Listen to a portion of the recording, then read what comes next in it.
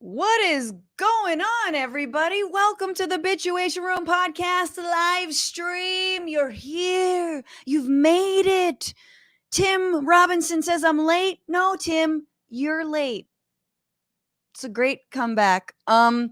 We got all the people on all the things. Todd Roy from Nova Scotia on YouTube, Empire 6 on Twitch, Michelle K from Atlanta, Georgia. Hi. I love you too.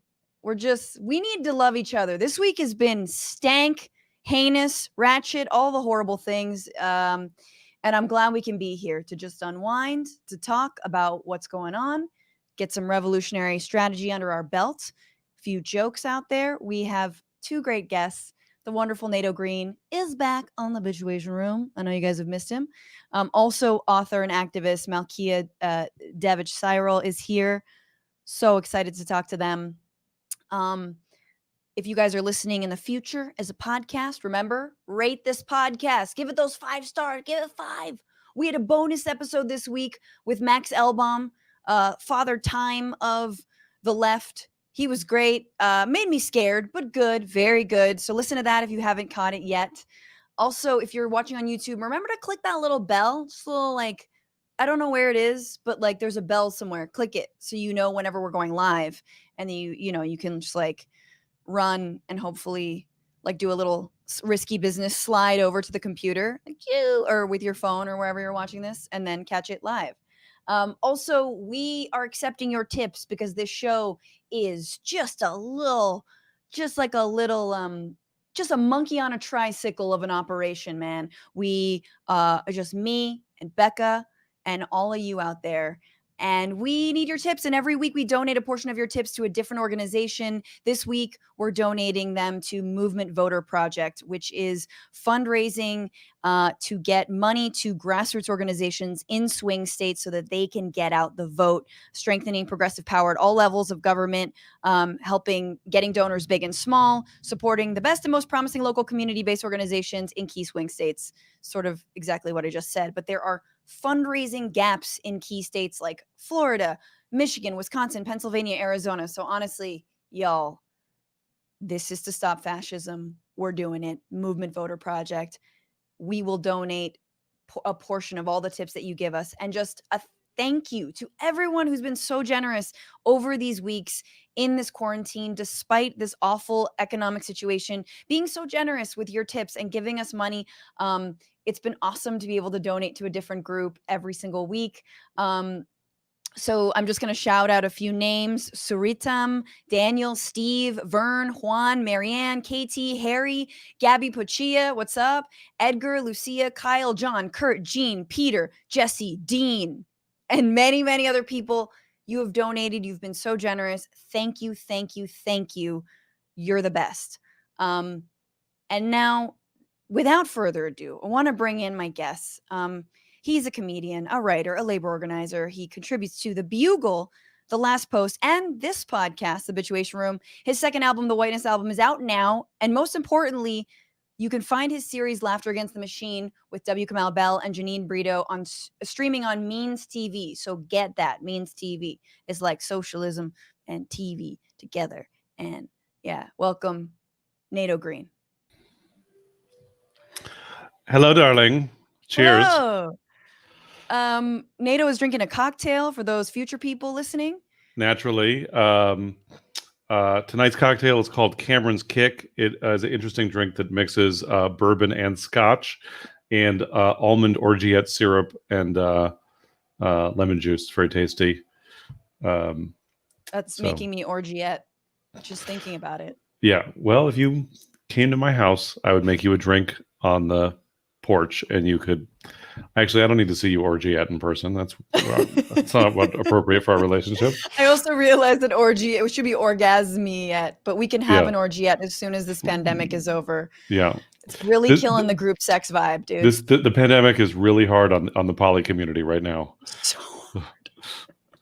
The amount of testing, and then just the windows of should we, shouldn't we? It's like you need to self quarantine for 14 days before going to your other lover's house. Right. You actually have to track the amount of ass you've been eating. Yeah. All right. And on that note, I want to bring in our other guest.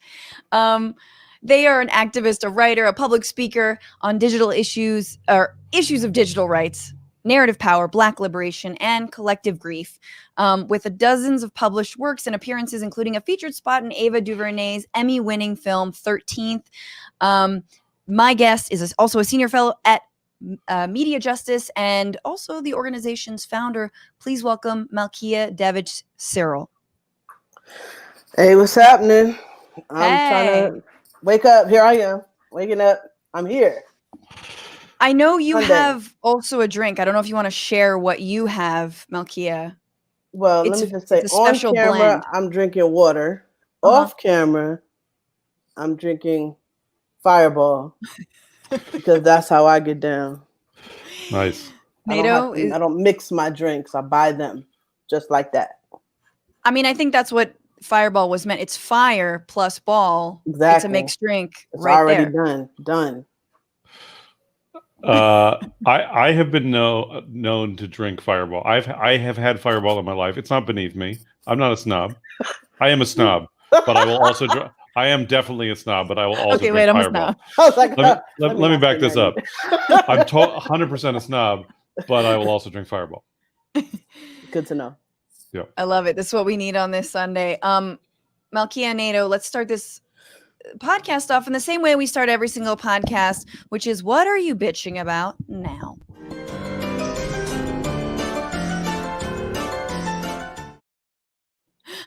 Wonderful. Thank you, Becca, for that. Nato, what are you bitching about this week? Well, I know the show's going to get heavy later, but I'll start out bitching on a lighter note, which is, and people who are paying attention to my social media already know this, but you know, I have been married for 17 years, and my wife and I have been trying to work things out and reach a common understanding, and it's not working. And we decided our differences are irreconcilable, and we are taking a trial separation of coffee. That we we both drink coffee, but we don't like the same things in coffee. She likes a light roast. I like a dark roast. We attempted to find a middle ground roast that we could both drink, and I believe it's called a medium. Yeah. But you know what? Fuck a medium roast mostly. Like I'm not into it. For a while we had a good medium roast that we were getting that we both liked, that was from Phil's. But then when the George Floyd protest popped off, people started like criticizing Phil's for giving free coffee to cops, and there was calls for Phil's boycott. So we had to go try to find another medium roast that we could agree on, and failed. Finally decided we're both going to just like live with separate carafes. And have our own stash of coffee in the house. I like a dark, like dark oily bean. She likes, like these all these new bougie places that are into their like artisanal coffee, and it's very like this one area that I'm not a snob is I don't believe it. Like you did just say carafe though, so yeah, I did say that, but listen. That these places that like are super into their light roast and are like, oh, you get more of the flavor with the light roast, and then the tasting notes, like I can't, like some of these fancy coffee places that'll be like I'm willing to believe that someone who is a very active coffee taster thinks that they can taste citrus hints, notes of citrus in a cup of coffee. I do not believe that anyone can not only taste citrus but can specify satsuma or blood orange among all the various types of citrus. Like that person's just a fucking liar. I was in one coffee. Who's like, you're gonna jump at the opportunity to make like what is it, like a simple syrup with satsuma, but like no one can taste satsuma in coffee? Nato, I call BS on your worldview. Francesca, Marxism is about living with your contradictions. True, propulsive power of contradictions to drive history forward. And so, like there's some places. I was in one place where I was looking at the tasting notes, and they had the categories of like acidity, taste, and then one of the categories was body, and it said full-bodied, and then under taste it said full-bodied. And I was like, why does it say full body twice on here? Is it just like a hella full body on this coffee? It's a thick ass coffee. Yeah. Yeah. So, Malkia, what do you prefer, lighter or dark roast? I don't roast. I mean, I don't know. My wife just used to make coffee, and I don't know what. Like I don't know what happened. I don't know what magic went into it or the just process. appeared. I know that we have a coffee maker. I don't know how to use it. So yeah, I don't know. I don't know what I like. Lori Stuarty on Facebook says, "Put Fireball in your coffee and you won't care anymore." There it is. I'm with that 100%. That sounds like a good plan. Yeah, I'm going with the medium, like the medium, but I agree with you, Nato. The gourmet, like this is so bitter, you can't feel your face-ness of new coffee is just like, I don't get it. It's all the caffeine too. I can have like 2 sips of Philz and I'm like, I'm good. All right. Like I'm perfect. Yeah, well, and yeah, if you have 2 sips of Philz, suddenly you're like, I need to poop right now. And that's exciting because like if you're out and about, suddenly it's like, oh, I didn't know I could run that fast. Those are facts. Yeah. Those are facts. All right. Well, Malkia, do you want to go next? I mean, what are you bitching about? You know, to be honest, like I'm here in a little bit of a somber mood. I mentioned to you before, my friend Rahua died. She was a Seattle activist, chef, just a beautiful all-around person. So the thing is that, right after I found out that she died, I heard that Chadwick, Boseman died. And that was right after I had finished watching the Movement for Black Lives, convention all day. I mean, all evening. And so I had decided after all of that I only wanted to focus on kittens. And I just felt like kittens were where it's at. You know what I mean? Like, I don't think I should do or think about or talk about anything else. The only problem with focusing on kittens is they are also focusing on me. And so that means that I can't sit anywhere. I can't walk anywhere. I go to the bathroom, I pull down my pants, and then there's a kitten in my pants. Like I try to sit on the toilet, but there's a kitten under my butt. Like I thought they were going to be my companions, but they have become like an appendage. And I did not sign up for that. I don't know how to manage an extra appendage. I'm already very thick. I don't need any extra appendages. The boy cat, the black one, of course, he's black. He wants his freedom. So he's always running out of the house, you know what I mean? Trying to escape, trying to get free. And I'm trying to explain to him, but there's freedom right here though. I've created like a lot of freedom in this space. I'm all about empowerment, kitten empowerment. I want that for him, but he doesn't understand. So he runs away. He's like, tear down every wall. Yeah. Would you say that your black kitten hasn't emancipated his own consciousness yet? I mean, I don't know how much work he's done. He's only been alive for 6 months, or not even, actually 5 months. So I think he still has work to do. I'm going to put him through some workshops. But just I think inherently he's toward freedom. He moves toward freedom. The other one is Striped. She's a bit of a mixie. I think that she's working with her identity right now. Does she have assimilationist tendencies? I think that yes, she's a little bit. She moves more slowly toward freedom. Let's put it that way. You know what I mean? Like, I don't know if she's assimilating or what she's assimilating into. Because is it me? Is she assimilating into like assimilating my oppression? No, just living the best like incarnation of her life. You got to decide who they were in their past lives. Because my God, I agree on the cat sanity, like using my cat. I'll just pick up my cat and like breathe into her fur. And for people who are allergic, that sounds awful. But for me, I'm just like it just gives me, it like calms me. It's exactly what I need. She's very aware that like I am incredibly emotionally dependent. So I think they're just assimilating into being your emotional appendage. They'll be less of a physical appendage once they learn how to like, do their own thing.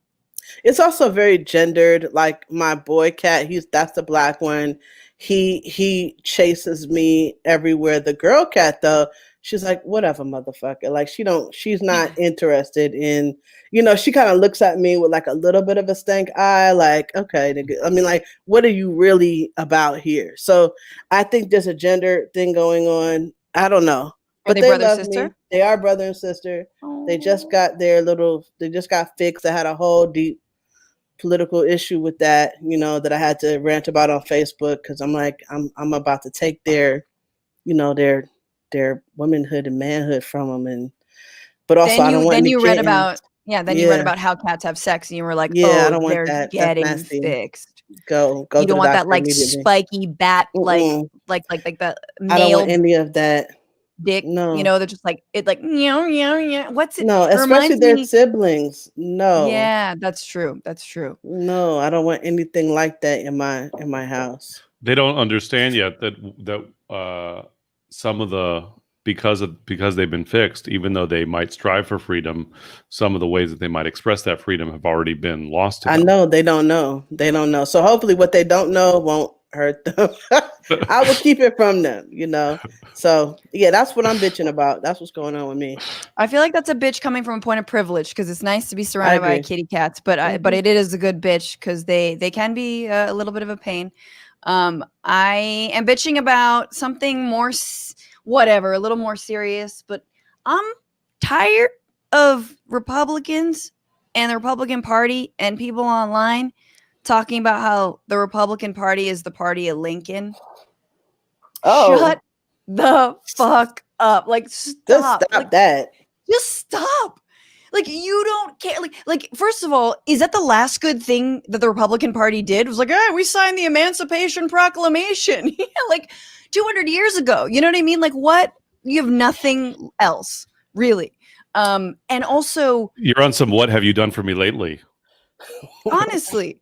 But like talking about but okay. Also, like, I remember I had something like I had a tweet that was like, something like left and right rage are very different. Like left rage gave us The Weeknd, or the right rage gave us the KKK, and the left rage gave us The Weeknd. Very, very different things. And someone was like, "Oh, the Democrats were KKK," and just like, motherfucker, like where are we situated in history? Like, at what point in time are we talking about? Because we're in the year 2020. The parties have completely flipped, most in part thanks to like that was like the last thing that Lincoln did, and the Republicans were like, I don't want any of that. And they sealed the deal with the New Deal when they were like, fuck the working class, fuck FDR, who ran as a Democrat and won, right? That's when they completely like the conservatives and liberals switch sides, and I don't understand how we don't appreciate that, and why that's not just common knowledge, and why we're allowing Republicans to continue saying that they're the party of Lincoln. So, Francesca, am I getting this right that what you're bitching about is the American political discourse not having a nuanced analysis of American history? It's not even that nuanced. I'm serious. Like, seriously, it's not that fucking nuanced. It really isn't. Usually, but yes, I hear the irony in your voice now, and I'm getting that it was a joke. But I'm like, it is a little bit of a like Black people should thank us kind of thing. Like, Trump is straight up said he's done more for Black people almost as much as Lincoln. You're not the party of Lincoln, and just let that go. Let that go. All right. That is what I'm bitching about. Okay. All right. Yeah. Okay. I don't know if I got any people's bitches. Okay. Likewise. Thank you, Ulysses. I'm just playing everyone's comments now. Guys, let's move on to a little bit of a rundown of what happened in this last week. Only 4 things happened. I want everyone to know that only 4 things happened in the news. It's been a slow news week. Very slow news week, but we're going to get into it all with the week where.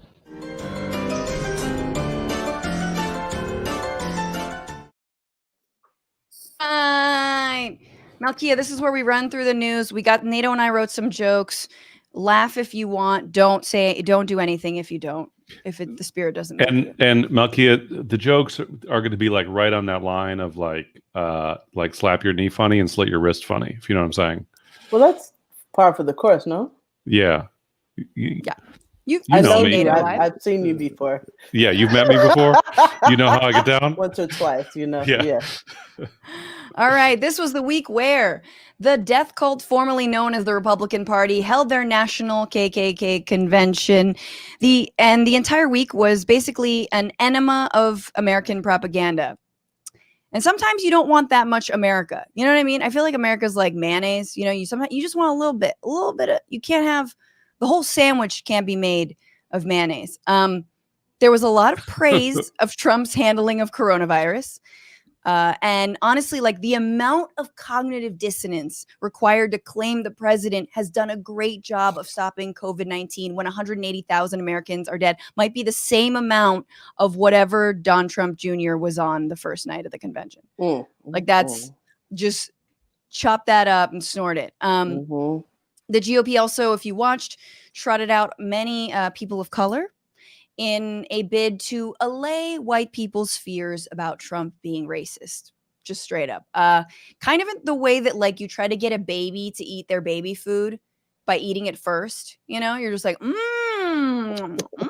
this white supremacy is good. Ooh, here comes a military tank. You know, like it's the same exact way people of color are like, no, I swear it's not poison. It's strange because also Trump is clearly, if you've watched Head, he's running this like outsider campaign, even though he's the incumbent.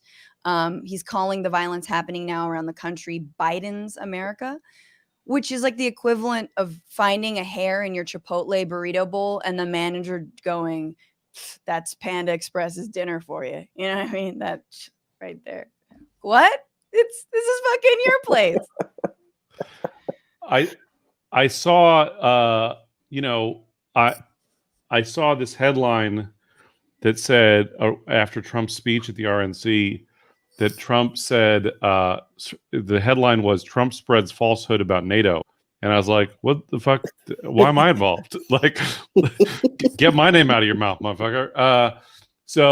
But what he said is this is the first time in 20 years that NATO members have increased spending, which is false. It's false about Europe and Canada, but it's also false. I mean, it's false about me too. Like if you look at NATO spending, it's definitely true that I'm spending more on liquor to drink at home, but I'm spending less. Like I'm not spending money going to the movies or eating out, and so in total, it balances out.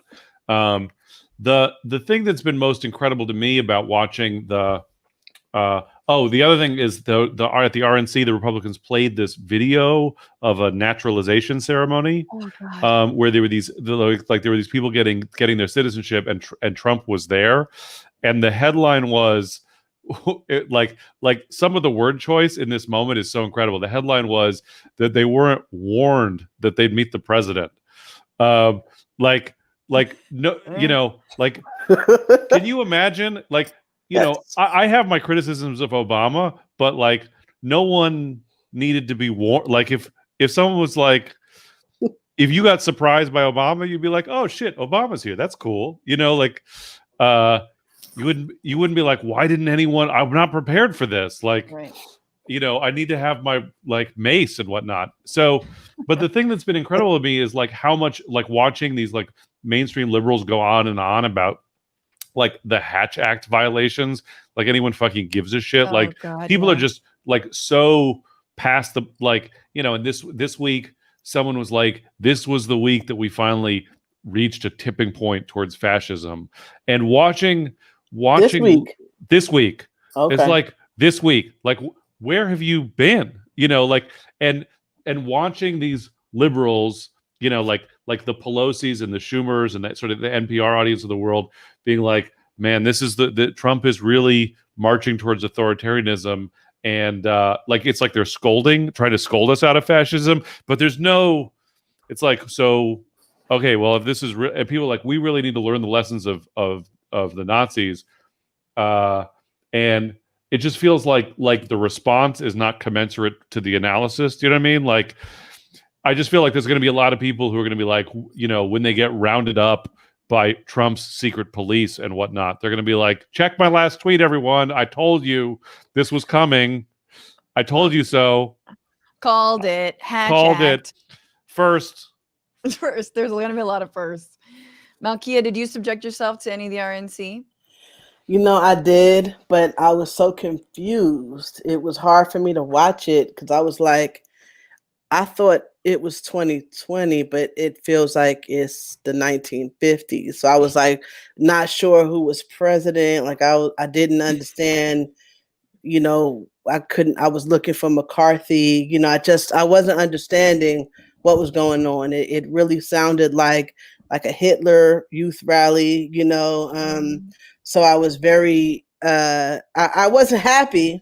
I watched it because I felt like I should, I felt like I should know what they're saying, but my spirit was so injured, that I had to turn it off. So I only watch it in bits and pieces. Hold the kittens close. Yeah. Had to have my security blanket. Yeah, let me know what happened. Like when you in a horror movie kind of thing. Exactly. That's exactly right. I just watched the corner of a horror movie. Do you ever do that where the whole screen is like, if you go to one, I'll watch the corner to be like, I see action and I'm not a wuss because like I'm not covering my face. I'm just looking there and I'm not looking at the scary stuff. That's what I did with the RNC. Which is like, I'm just looking at the side of the podium.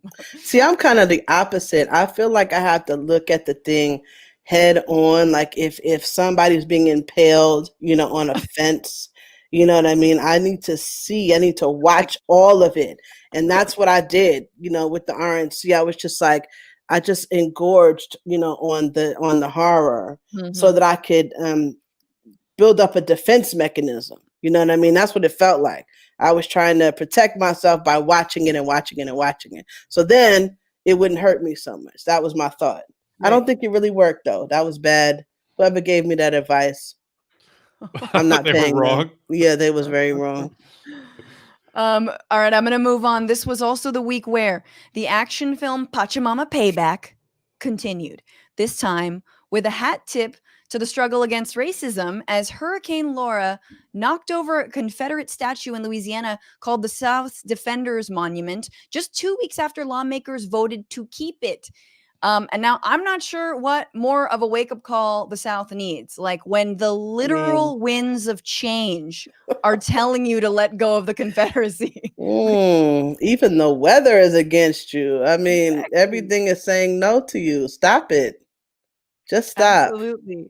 So some people like people are calling to demolish these statues, and some people are taking matters into their own hands to pull over statues of murderers and slavers and stuff, and then some people want to replace them with other kind of statues, and I don't agree with that part. Like I don't want to replace those statues, partly because I just think that like anybody would have a statue of themselves is probably a bastard. You know what I mean? Like there's no statue anywhere for someone to be like, this is the person who is great at listening.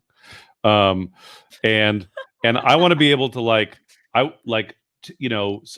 this is the kind of optimist I am. I want to be able to like someday take my grandchildren around and show them like the rubble in front of City Hall where the statue of the like genocider and colonizer used to be, and be like, there was another society here when we arrived. And this is the ruins of the past civilization, and they were dying as we showed up, and we wanted to, and they were a greedy, stupid, mean civilization, and we wanted to keep these ruins here to remind future generations of the horrors that went before us, and not to go that way again. And also, it's very important to you as my grandchildren that you know what the word plinth means.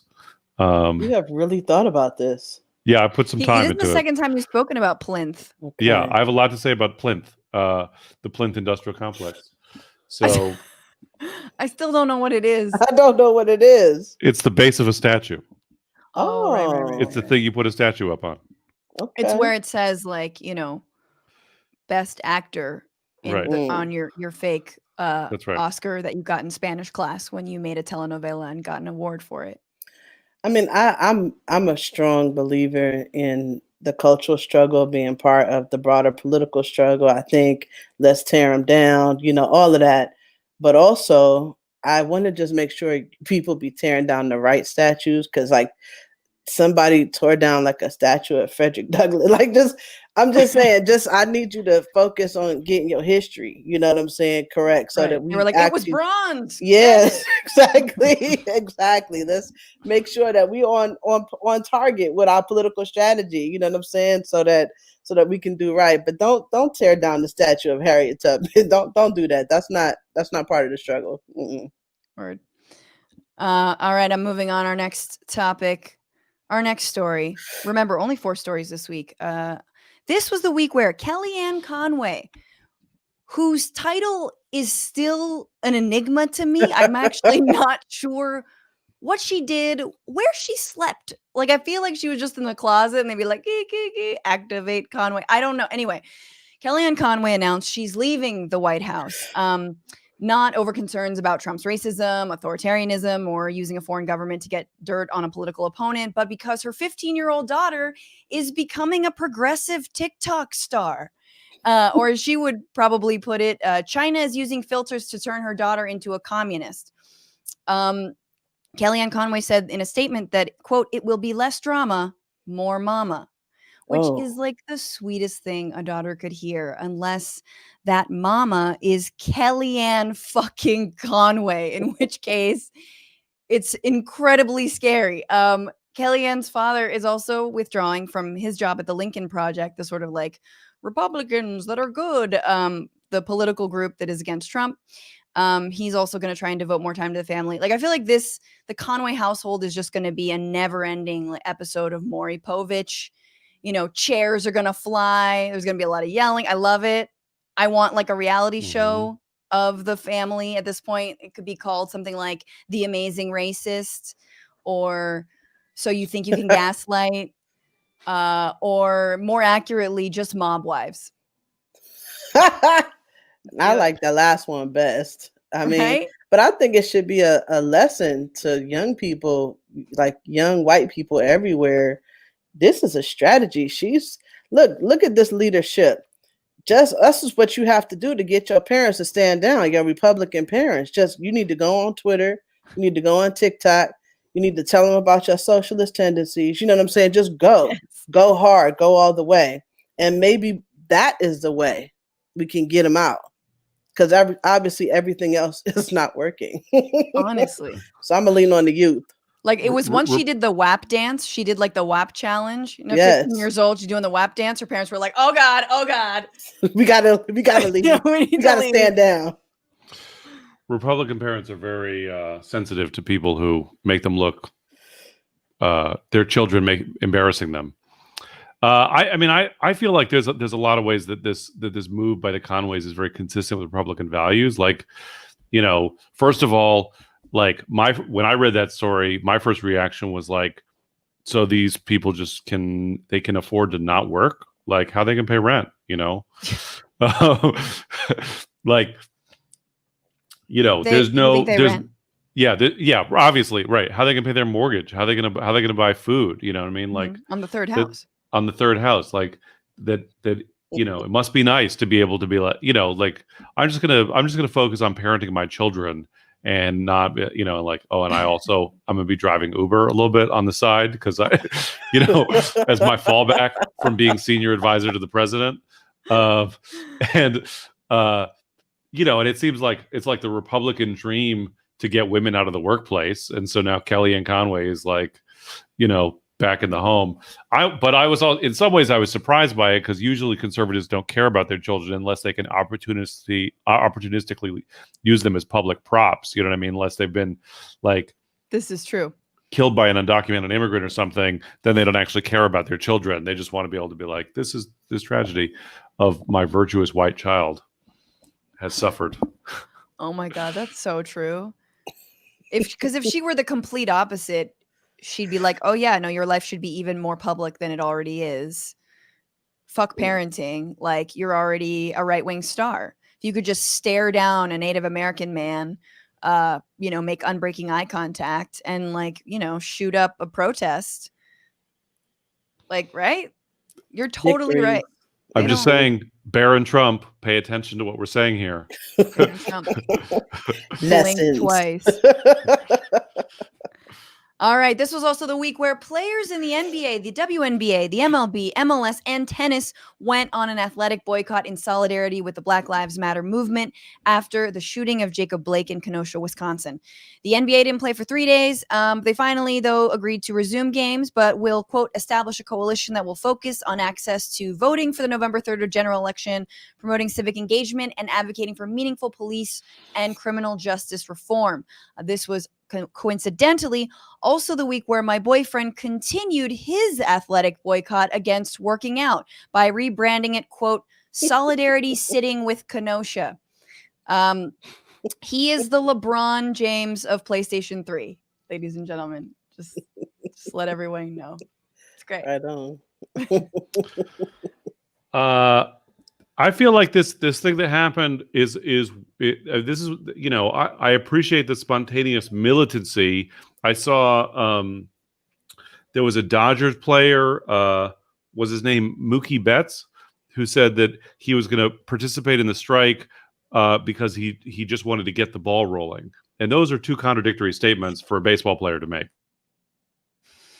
To get the ball rolling and not be playing baseball. So I'm sorry, that joke is beneath all of us. But I feel like this is what happens when people don't really understand strategy, because like as an organizer, like those players fell for the oldest like boss rope-a-dope of all time of like, oh, you have demands, we'll establish a fucking committee to consider your demands. That shit is never happening.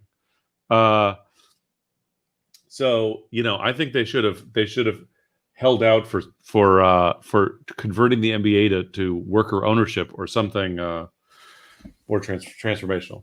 But Obama got to them first. Yeah, Obama said no. Get back to the game. Obama said, you're leading the way. We support your protests, but also only focus on voting.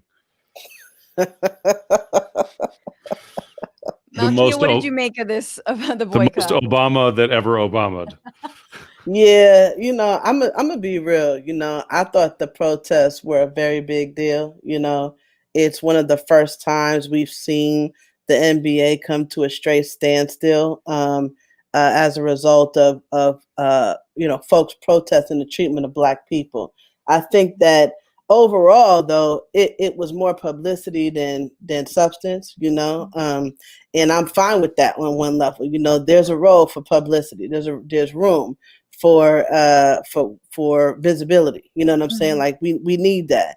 And I'll just say, look, it's never happened before, and if now it happened, so that means it can happen again. And I don't, I'm not interested in a coalition or a commission or a study like that part. I'm like, you can keep that, because we have enough of that. But the fact of people who make, millions of dollars sitting out, and what that costs them and what that costs, the NBA as a whole, I'm fine with that. Do that.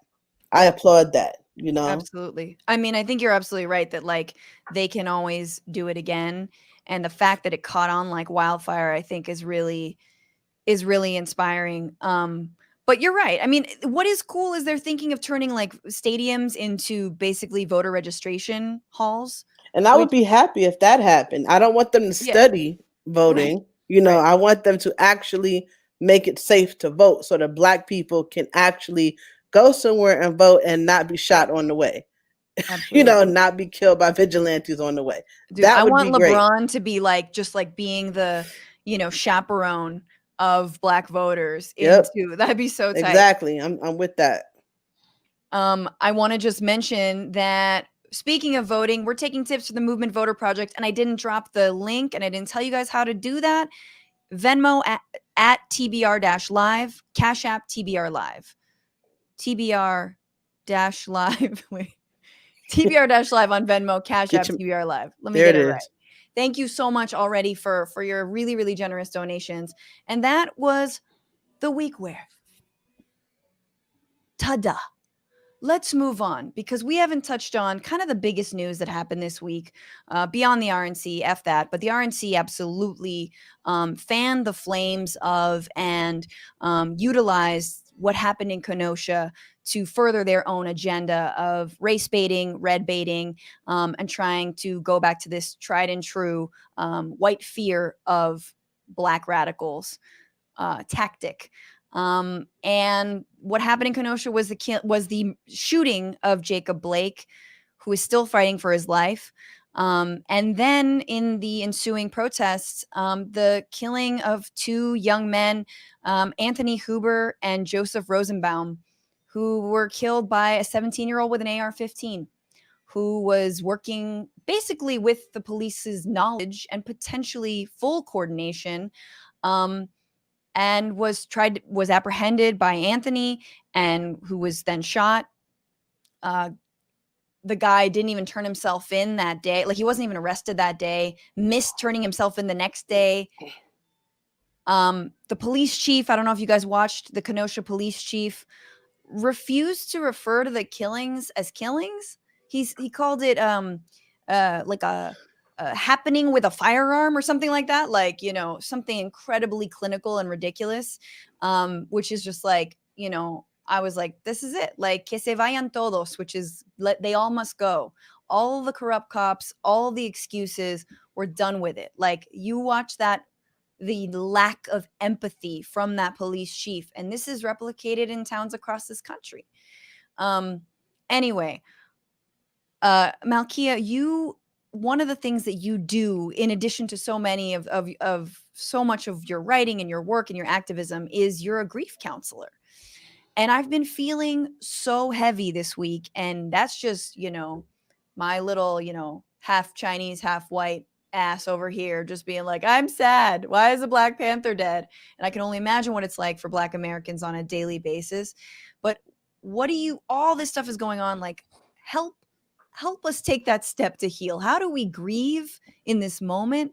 How do we take action? How do we not let that grief paralyze us? Well, first off, let me be clear. I'm totally not a grief counselor. Oh, my bad. Okay. But it's all good, you know. But I do. I am. My wife died, and my wife died from cancer in 2018, and you know, I lost my mother in 2005, and I've lost many friends and relatives recently in the last year, and so I kind of, you know, really leaned into this understanding that loss is something that we all have to deal with, but some of us have to deal with it more than others, right? White supremacy, racial capitalism, patriarchy has a hand in who lives and who dies, you know what I'm saying? And how frequently, and the quality of life that we have. So with 180,000, you know, people dying from coronavirus, you know, so many of them being Black and Latino, and people talking about these pre-existing conditions, but the only pre-existing condition that created this disparity is racism. So, you know, so I'm kind of like, I think one, you know, the some people that I work with, you know, we talk about the fact that we need to feel. We need to actually have those authentic feelings, and we need our places of business, our jobs, you know, our families, all these places that we are, to understand that this is a difficult time. We need to feel. We need to find ways to console, right? We need to be in community. Coronavirus makes that very difficult, right? To be connected to other people, but we have to find ways to break out of the isolation. You feel me? We have to find inspiration. We have to look to what brings us hope and what's victorious. That's why I was so happy participating in and watching the movement for Black Lives, you know, Black National Convention. You know what I'm saying? Like, it was so inspiring, and it reminded me that no matter what we've lost, no matter what I've lost, there's still so much to be gained. There's still so much victory possible and ahead. And then finally, we need to take action, because the thing is that grief unattended becomes apathy, you know, but grief transformed becomes agency. And we get an opportunity when we take action to allow our movements to actually be fueled by grief. It can be positive fuel. I mean, look, you talked about these protesters that were murdered, and you know, 1963, you had like the three voting rights, voting activists that were killed then, right? Mm-hmm. Nothing's changed. We keep talking about how much has changed, but it's only the aesthetics have changed. The basic relations of power are the same, and our losses, what we've lost in the past, is what we continue to lose today. Our land, our language, our life, and our liberty. It's all the same. So I think our movements are an antidote to the bad part of what grief can do. You feel me? Yeah. Can Absolutely. I want to follow up on that, because I mean, Malkia, one of the things I appreciate about what you're talking about is sort of the like holding that you hold the contradictions of, looking in a very unflinching way at the horrors and the suffering and the loss and the heartache that is built into the system, and also the determination around continuing resistance. And for people who don't know you, could you talk some about sort of what do you think of the continuing lessons of on that question specifically, of holding those contradictions from sort of the Black revolutionary tradition and specifically the Black Panthers? Well, I'm not sure exactly how to answer, but I'll say what comes to mind. First off, when my mother was born with sickle cell anemia, and she died from sickle cell anemia, and she died when she was 59 years old. And all my life, my mom had us singing freedom songs, and she taught us freedom songs, and we sang them every day, all the time. And I believe that part of the fire and the purpose of freedom songs is to remind you that death and loss and suffering is not all there is. And that is something that I carry that with me every day. I think that there are reasons, look, in the late 60s, we lost so many Black power activists. Either we lost them to the diseases and stress that attack Black bodies, because of the conditions, or we lost them to long-term prison sentences, as political prisoners. But our folks were siphoned off from us. So, and that loss is something that the children of the party, I don't think we've necessarily even fully dealt with that. You know what I mean? Like, so there are losses that we're contending with today, that affect how our movement is shaped today. You feel me? Because we've lost a whole generation of elders, of radical elders. It's hard to look for, like, I don't know about in the labor movement, if you look to some of the elder labor activists, but it's hard to look to the elder Black power activists. They're out there, but they've been hurt. They've been seriously hurt. So, so I don't know if in terms of the history of our Black radicalism, if our struggles have helped me or helped us process grief. In fact, I think it's the other way around. I think it's the young people today that are actually helping some of those elders process grief. You know what I mean? So I don't know if that kind of answers your question, but that's what I'm thinking about. The thing, I mean, the when you talk about the what it's like, the elders in the labor movement, it's like I've known some of these like older folks who like gave their life to the labor movement, who were like communists and who were blacklisted and chased by anti-union goons and beaten up and stuff like that, and like led these heroic strikes, these sort of icons. Yeah. There was one time I was like at a conference or something with one, and he was telling me these stories about like working with Paul Robeson and stuff, and it was incredibly inspiring. And then we like went into the bathroom, and then we went into separate stalls, and then he just like had massive diarrhea because like all of the years of trauma had like rotted out his colon. Yeah. And so he like had no more sphincter control. And so like he had just so that's like there that's was where I feel like I'm headed this week, man. I feel like a roid forming. There was like a fecal manifestation of union busting. Well, damn. First of all, that's very nasty. I know that's nasty, but I feel you though in that the elders that I grew up with, as my mentors and my parents, my aunties and uncles, they suffered. They did all this work. They worked really hard. They produced incredible victories. They created a whole aesthetic around power. There's so much that we owe to the Black civil rights activists and the Black power activists. But at the same time, they killed themselves in the process, and they taught us that killing yourself is the way to organize, that you're supposed to organize 1 million hours a day. That's the only way to do it. You know what I'm saying? That you're supposed to not worry about your kids or not, not worry about your health. You're supposed to not abandon your job and don't worry about having a place to live, because as long as you moving the movement forward, you feel me? Right. Then that's what your focus is supposed to be. But at the same time, we can't move the movement forward without, Audre Lorde says we cannot live without our lives. And we can't build a movement without the people there to build it. So I'm committed not to this individualized, internal, sense of self-care, but I am committed to building in this joy. Like my wife was committed to a life of joy even as she was dying from cancer. And we went to brunch. You know what I'm saying? You couldn't keep my baby from brunch. You know what I'm saying? We had champagnes. You know what I mean? Like we did all that because you have to.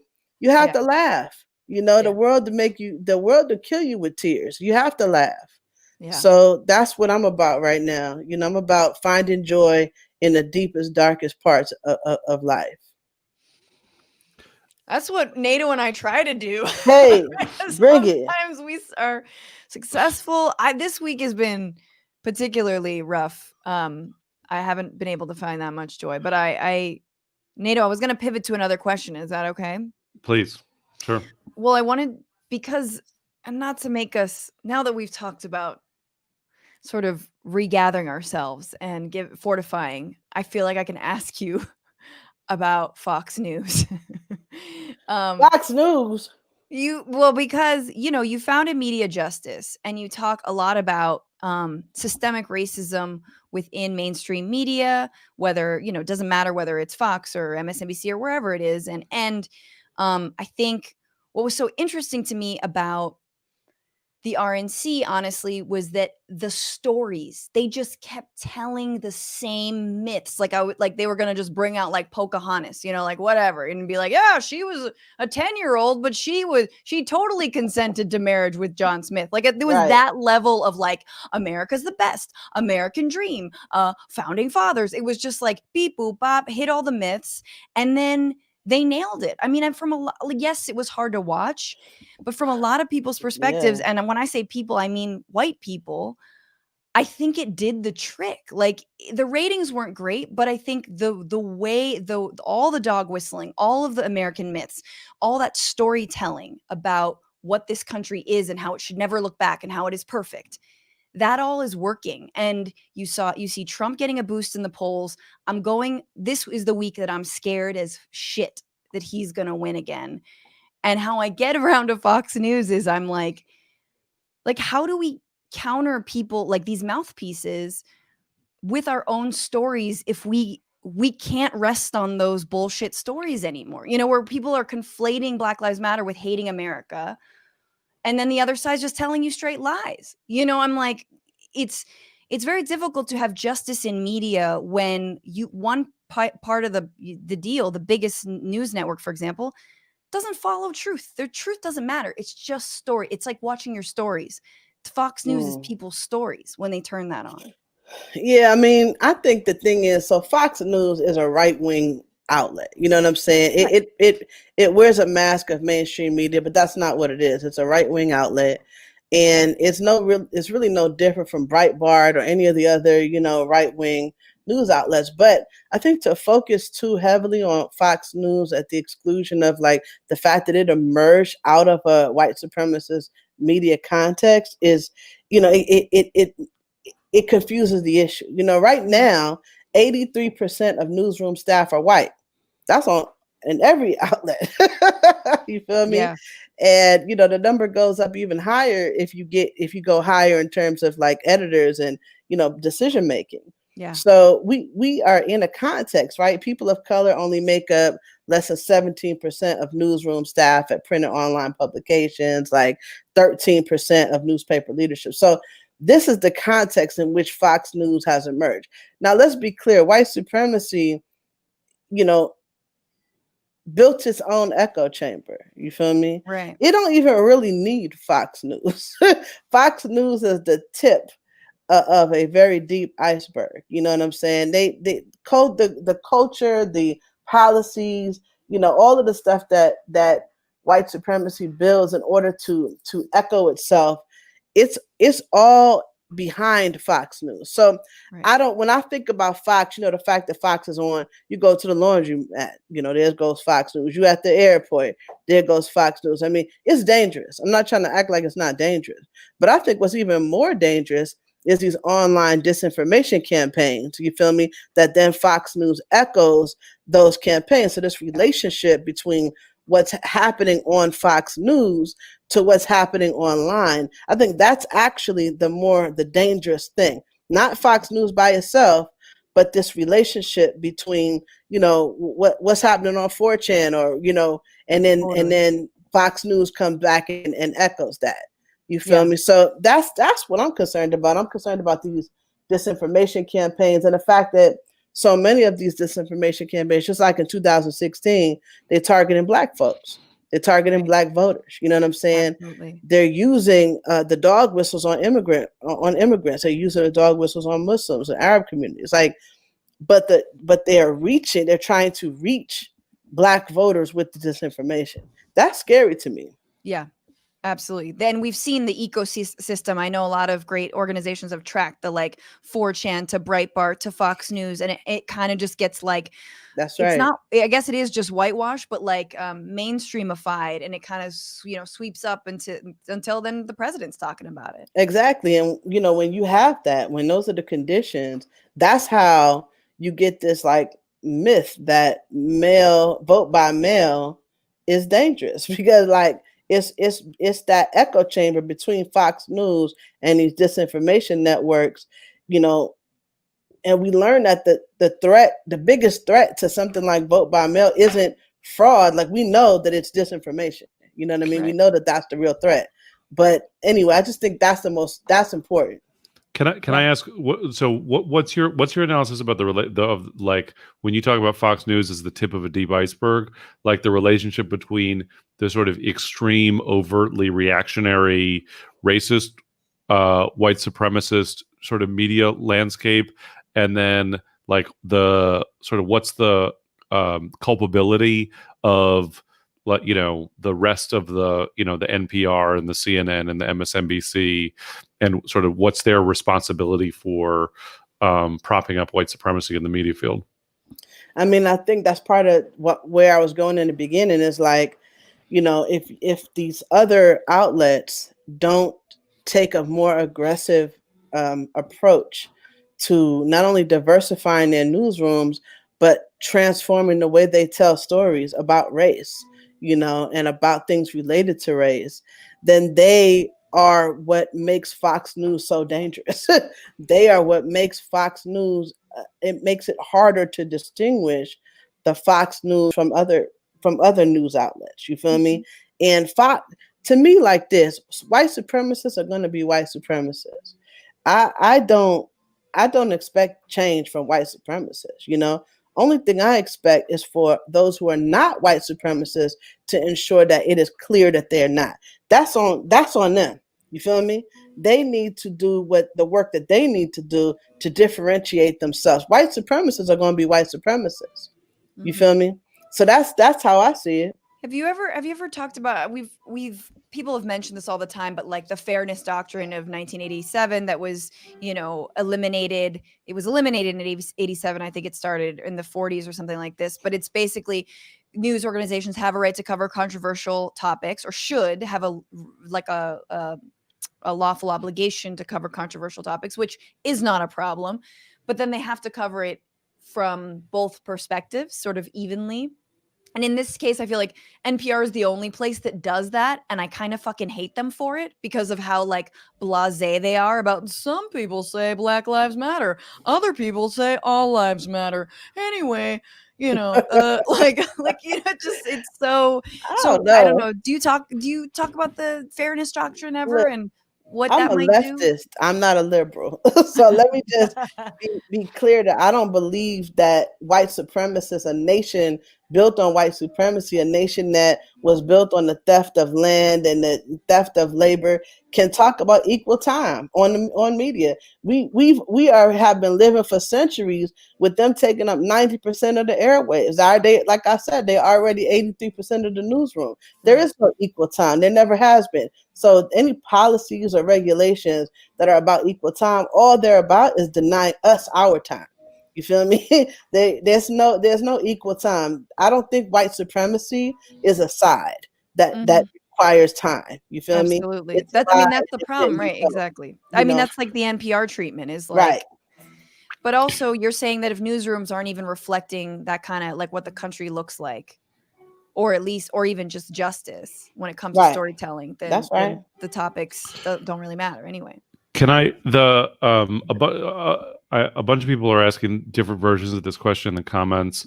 Malkia, in your career, you've done a bunch of organizing around tech companies. Yes. And I feel like a lot of people sort of have some awareness about like the role of Facebook and Twitter and the internet in online groups, organizing themselves and spreading hate and spreading white supremacy and YouTube algorithms recruiting people to reactionary ideas. Yeah. Can you share some about what you've learned about how to organize around tech companies? I mean, right now we're in a data-driven economy, a digital economy, right? Where data is the currency of the moment. We're in a context of late stage capitalism where there's all these abuses and and contradictions and crises that are emerging. We have these tech companies that are producing billionaires, that are influencing politics, that are transforming the media. Like they have their hand in every in so many. They're transforming law enforcement, right, and creating all of these means for surveillance in law enforcement. So when you deal with like a company like Facebook, which has the population of it's the largest nation in the world, basically, right? And it has no rules. It has its guidelines, but there's no real rules that it has to adhere to. This makes those companies very dangerous. So how do you organize around them? Well, number one, you organize the workers. I mean, inherently, this is initially a labor fight. The low wage workers and the well paid workers. The executives, like all of them, not the executives, but the higher paid workers. Like those workers need to be organized because they have power to influence how the board functions, how the decision makers function. That's what's happening at Amazon, for example. Workers are organized at multiple levels. It's happening at Facebook. It's happening at Twitter. It's happening in many different companies. There's a whole coalition called the Athena Coalition, and many tech workers' rights groups are participating in that, and Media Justice is also a participant in that. So that's one way, is organize the workers. There are shareholder strategies that we have tried, to really pressure these boards and to pressure these shareholders. There's regulations, there's antitrust lawsuits and laws that we need to, break these companies up. Facebook is too big. You can't regulate a company of that size. You can't regulate a company like Amazon. You know what I'm saying? They are too powerful. They're too rich. They're too big. So you got to break them up. So there's a bunch of different ways, right? But I actually think we need to put, like, even if we just took Facebook and put that into a lab, right? Into a lab where we have some of the, smartest economic and political minds sitting down. If we could just figure out how to deal with Facebook. I'm available, Malkia. Thank you, because your brilliance is needed. You feel me? But you feel what I'm saying? If we could figure out Facebook, then we could figure them all out. Because Facebook is the biggest one, and it's What the kind of biggest coffee you gonna threat. have there, though? You said what? What kind of coffee will there be there? I don't Nato? drink coffee. I don't know nothing about coffee. Y'all need to n- teach me. Nato, I don't know. Nato is the NATO's aficionado. participation is dubious. No, but I mean, look, we said this show was not going to be live on Facebook. Some people are telling us, oh, yeah, I thought you were going to stop doing Facebook. We are. Eventually, we're hoping to. But like, here we are still. But let's keep it real. I love Facebook. I'll be finding my old homies from high school on Facebook. You know what I'm saying? My mama's old friends. I find them on Facebook. You know, I am a Facebook hooker. I love Facebook. I will turn it all off of Facebook. I love to share. I love to be shared with. So I'm not. I wish that there was a way for us to be connected without our data and all our personal information being up for grabs. You know, For sure. I think that's the line we're trying to walk, and also without our children being forced to produce the technology, and without e-waste being dumped off in Africa, and you know what I'm saying, like. How can we? You asked me how do we organize around this, and I guess my point is that it's so prolific and it's so insidious that it's pretty hard to do so. Right.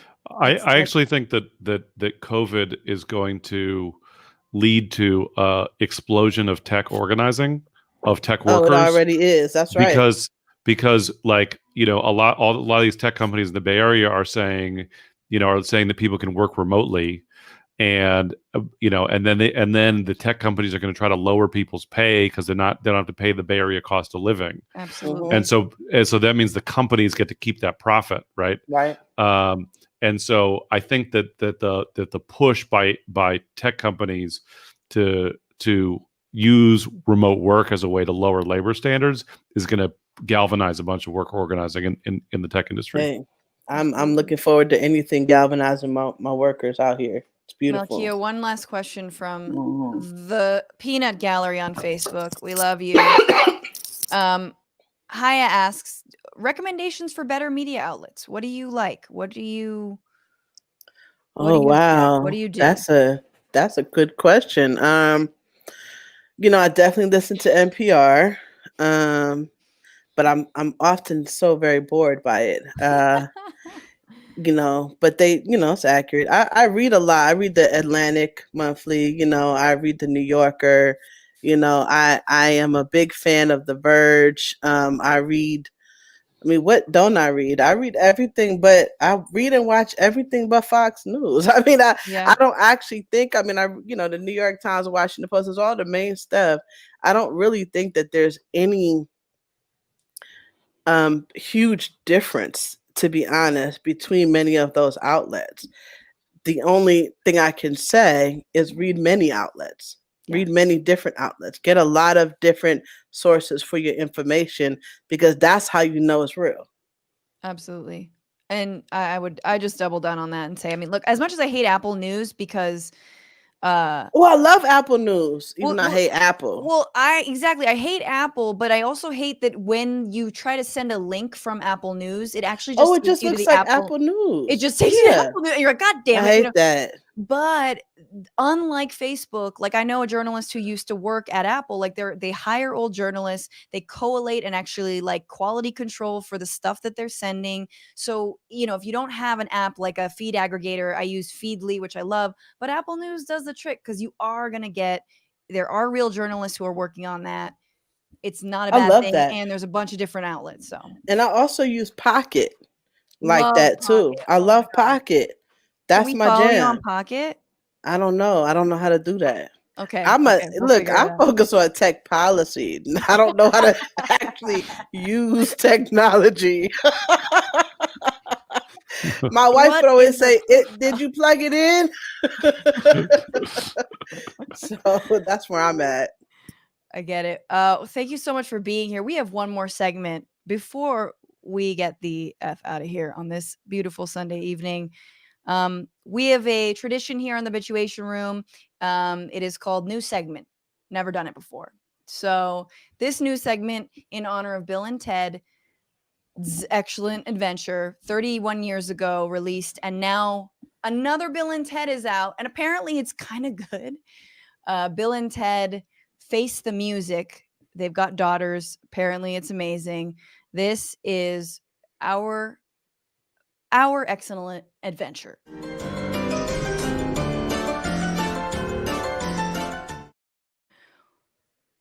People in the comments chime in. Future people, think about this. If you could travel via phone booth to any place or time in the past, where would you go?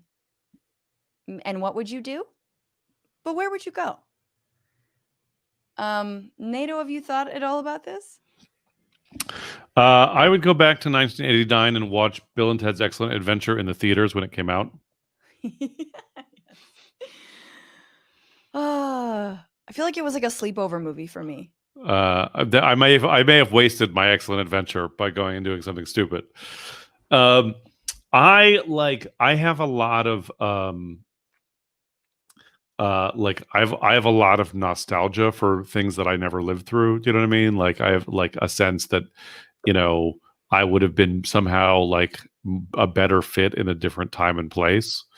And really, like at many other times. Yeah, like what time are you from, Nato? When do you think you're from? You know, I feel like you're still gonna be weird at whatever time you choose. You realize that, right? Bro, come on now. I feel like, you know,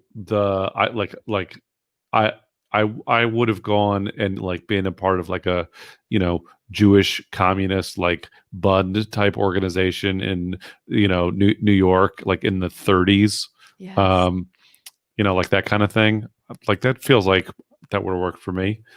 Just won't fucking like been an old Jew, like wearing a suit all the time. Oh, I like that. Tripping over cobblestones, like selling a paper or something, or Yeah, going to like a meeting. Yeah, can't you see me just like being rumpled with like a newspaper under my arm all the time? You're not quite that old lefty though, but we all know though that one lefty who always has a newspaper. Yeah, they might not be trying to sell it to you, but they've just got it there. They just have it for just in case. Mm-hmm. It's a little bit of a flex too. It's always like, well, I've been reading. Like, okay, we get it. We've got Apple News. Malkia, what time and place would you travel to? I mean, it's so hard to say because there hasn't been a time in the history of this country where it was safe to be Black. So I'm just trying to think, like, where would I go? I'm gonna have to say I would just go right back to 1988, 89, when I was working with Audre Lorde. I was and I would she was still alive, you know, and so I would talk to her and ask her a bunch of questions that I never thought to ask her because I didn't know she would be dead soon, you know. Damn. So I'd love to go back and interview her and, you know, just really learn from her a little bit more than I was able to. But other than that, I can't think of when would I go back. I was thinking I would go back to Harriet Tubman, but I don't want to be there. You're like, I know she needs the help, but I don't want to be there. I don't want to do that. You know what I'm saying? So I don't know. that's it. I will go back to 1989. Apparently we can go to the future too. I didn't know that. None of the memorable scenes are when they're in the future. Well, I'm off of the Afro future. I that's where I want to go. So I don't want to go to the past. What's the Afro future look like? I don't know. I mean, we building it, but that's where I want to go. Maybe it's going to be 2030, 20. How long will I live? I don't know, but I want to get up there. I know you identify as a sci-fi nerd also. Yes. I did read that in your bio, even though I got the grief counselor wrong. But I mean, this is a week to kind of like, I haven't yet, but I want to rewatch Black Panther. Saw it twice in the theater, and just like that kind of Afrofuturism of Wakanda as this like kind of peacekeeping nation. You know, it was beautiful. It was really, really beautiful. My family and I watched it last night again, you know, for the 15th time. But yeah, we watched it last night, and it was wonderful. But right now, I mean, isn't there some part of you that's like, you know what, Killmonger was right? It's not right now. I mean, I thought it when I saw it the very first time. But Killmonger like, has some valid points here. he had valid points. The only thing that I was mad though that the Black American, the level of like how violent they made, and how like we up here choking women and stuff, old women. Like, no, I don't. I love this idea of the Black American, like was like the the stepchild, right? And we get to come back but damn, why they have to make him so? Why he had to have so many I know, the marks and scars. he killed so many people? I don't want to kill nobody. That's too much. Yeah. Also, though, I feel like, don't you think Bill Clinton is probably like somewhere talking about Black Panther and be like, I'm just glad that T'Challa won out over Killmonger, like it's a terrible Clinton impression, but you know what he's saying. I too am a Black Panther. Yeah, exactly. I played the sax. Bill Clinton's mostly going to be happy that the Black Panther portrayed the CIA in a positive light. Right, exactly. Oh, that upsets me. Why you had to remind me that he was in the CIA? Cyber Guy Thicks on YouTube wants to go see an Aretha Franklin concert in 1960. That's a great use of the Smart. phone booth. Yeah. I have one which is similar to another comment, but I would go back to October of 1945. 9 months before Donald Trump would have was born. Fred Trump and his wife Marianne are just saying goodbye to the last house guests. They're a little wine drunk. And they got frisky, and I would make sure they didn't. I would throw a fucking picture frame down, just make it real spooky, spike some whiskey, do whatever it took to stop that conception. What I'm saying is, good job. I would go back and I wouldn't kill baby Hitler, but I would kill baby Hitler in the semen stage. Yes. I would kill semen Hitler. Mm-hmm. I like that. Do that. Yes. So another commenter, Tiger Lily on Twitch, would go back and raise Trump right. That is so empathetic, man. This is why we are the better half of this political spectrum, is because we're like, we just want to raise someone right. Like, it's true. I don't. God damn it. I know. I want to semen kill. Yes, I'm with that. Stop Thank that. you. No one's getting frisky that night. Not getting busy right now. Fred Trump falls off a fucking balcony. I don't care. Like, that's what happens that night. Bye. Can you imagine? So much better. Everything would have been so much better. It's for the greater good. Malkia, thank you so much for being here. Please let us know how to follow your work. I mean, you can follow me on Twitter at Culture Jedi on Twitter. Definitely follow the work of Media Justice, www.mediajustice.org. And you can follow me in the street if you see me. No, don't follow too close though, because I'll get suspicious. I don't like that. But in general, yeah, just connect with me however you want. That's good. Not however you want. I'm sorry. On Twitter. That's what I want. Yes. With a nice distance. Say hi. Respect boundaries. Exactly. Thank you. Malkia, take care. Have a good week. Thank you so much for being here. Thank you so much for having me. I appreciate it. Yes. Anytime. And Nato Green. What's up? Everyone missed you. I missed you. It's good to have you here. I miss you too. Oh. Please go. Oh, sorry. Please go watch Laughter Against the Machine on Means TV, the world's first worker-owned socialist subscription streaming platform. And so it's this footage that has been lost to the sands of time for many years, where Kamau and Janine and I, back in 2011, we went to we crossed the U.S.-Mexico border, and we went to Occupy Wall Street, and we're on a hotel strike in Chicago, and we went to the levees in New Orleans, and it was it was just a different time when the country was really racially polarized, and there was gripped by political dysfunction and despair and confusion, and it's just an interesting time capsule to think about that now. Oh, but it'll be good. Yes, go watch that. Means TV. Nato Green, thank you so much as always. Buenas noches. Buenas noches. Killing it. And thank you all for being here. Thank you for your tips, you guys. The tip jar is a little low. Not going to lie. Movement Voter Project needs the money. Yeah, we're doing this. We're voting against fascism. So put your money where the movement is.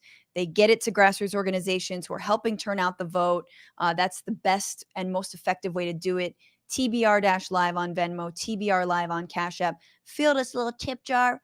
Thank you. Please and thank you. Remember, we are voting. We're getting out that GD vote. Oh my God. I don't want to hear it. I don't want to hear it. This moment is bigger than all of our feelings. You know, I'm a Bernie girl. I'm a Bernie babe. True and true. Forever and ever and ever and ever and ever. Systemic change, we're putting it on the map. But right now, we've got an extremist white right wing to defeat. And I want to resoundingly defeat Donald Trump in fucking November. And absolutely, it'll make a difference. And also, because John Lewis took a bat to the forehead and the head. I don't know which side of the head he took it to, but he probably took a bat to the forehead for our right to vote and for everyone's right to vote.